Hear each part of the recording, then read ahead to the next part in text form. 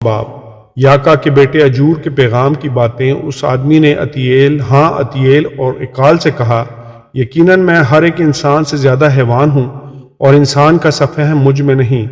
میں نے حکمت نہیں سیکھی اور نہ مجھے اس قدوس کا عرفان حاصل ہے۔ کون آسمان پر چڑھا اور پھر نیچے اترا؟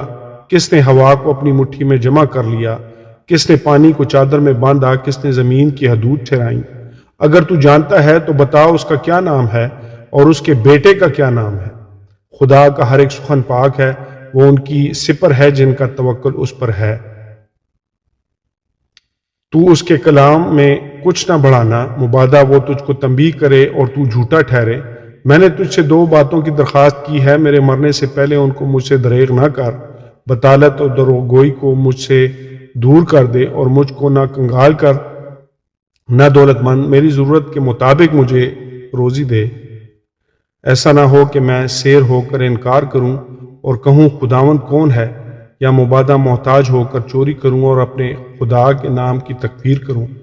خادم پر اس کے آقا کے حضور تہمت نہ لگا، تا نہ ہو کہ وہ تجھ پر لعنت کرے اور تو مجرم ٹھہرے۔ ایک پشت ایسی ہے جو اپنے باپ پر لعنت کرتی ہے اور اپنی ماں کو مبارک نہیں کہتی۔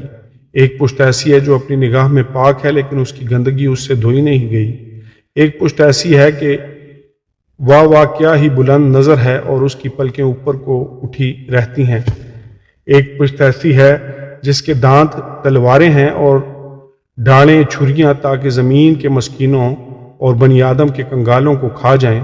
جونک کی 2 بیٹیاں ہیں جو دے دے چلاتی ہیں، 3 ہیں جو کبھی سیر نہیں ہوتی، بلکہ 4 ہیں جو کبھی بس نہیں کہتی۔ پاتال اور بانجھ کا رحم اور زمین جو سیراب نہیں ہوئی، وہ آگ جو کبھی بس نہیں کہتی۔ وہ آنکھ جو اپنے باپ کی ہنسی کرتی ہے اور اپنی ماں کی فرمانبرداری کو حقیر جانتی ہے۔ وادی کے کوے اس کو اچک لے جائیں گے اور گدھ کے بچے اسے کھائیں گے۔ 3 چیزیں میرے نزدیک بہت ہی عجیب ہیں، بلکہ 4 ہیں جن کو میں نہیں جانتا۔ عقاب کی راہ ہوا میں اور سانپ کی راہ چٹان پر اور جہاز کی راہ سمندر میں اور مرد کی روش جوان عورت کے ساتھ۔ زانیہ کی راہ ایسی ہی ہے، وہ کھاتی ہے اور اپنا منہ پونچھتی ہے اور کہتی ہے میں نے کچھ برائی نہیں کی۔ 3 چیزوں سے زمین لرزاں ہے، بلکہ 4 ہیں جن کی وہ برداشت نہیں کر سکتی۔ غلام سے جو بادشاہی کرنے لگے اور احمق سے جب اس کا پیٹ بھرے، اور نامقبول عورت سے جب وہ بیائی جائے، اور لونڈی سے جو اپنی بیوی کی وارث ہو۔ 4 ہیں جو زمین پر ناچیز ہیں لیکن بہت دانا ہیں۔ چیونٹیاں کمزور مخلوق ہیں تو بھی گرمی میں اپنے لیے خوراک جمع کر رکھتی ہیں۔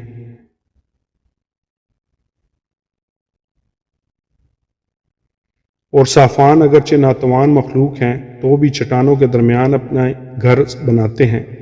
اور ٹڈیاں جن کا کوئی بادشاہ نہیں تو بھی وہ پرے باندھ کر نکلتی ہیں۔ اور چھپکلی جو اپنے ہاتھوں سے پکڑتی ہے تو بھی شاہی محلوں میں ہے۔